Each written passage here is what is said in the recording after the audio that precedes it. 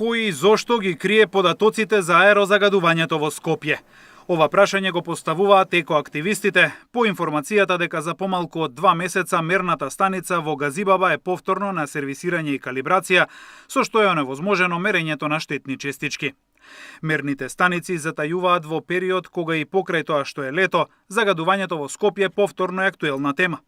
Видеа и фотографии кои деновиве се објавуваат на социјалните мрежи предизвикаа загриженост кај жителите на главниот град. На нив се гледа како од железара се испуштаат огромни облаци од чад кои се шират во околината, што беше причина за аларм кај екоактивистите. Побаравме одговори од сите надлежни инстанции заради тоа што не е само проблемот со железара во овие неколку денови, како што знаете во неколку од скопските општини се забележани необјасниви пикови што за овој период од годината се некарактеристични, бидејќи немаме грејење, фреквенцијата на луѓе во сред лето е намалена, на возила исто така. Она што навистина непријатно не изненади дека во моментот кога на пример ги забележавме големите пикови во Газибаба, после неколку минути ги снема од сајтот на министерството, дали станува збор за технички проблем или за некој намерно да ги тргнал или да ги отстранил, тоа претпоставувам дека треба да дадат одговор од министерството. Ние побаравме објаснување. Проблем со мерењето штетни честички нема само станицата во Газибаба.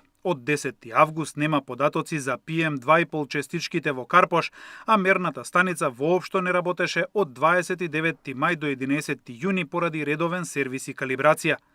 И покрај летниот период, во Скопје и во јули и во август, во одредени денови, присуството на штетните честички во воздухот се многу над дозволените концентрации. Бараме акција сега, а не оправдувања во зима. Екоактивистите упатуваат апел до надлежните институции да се санкционираат загадувачите и да не се чека зимата за да се преземат конкретни активности. Од О2 коалицијата за чист воздух велат дека токму транспарентноста и довербата меѓу граѓаните и институциите по ова прашање е нарушена во најголем степен и дека борбата против загадувањето засега е само на хартија. Горан Симоновски, Сител телевизија.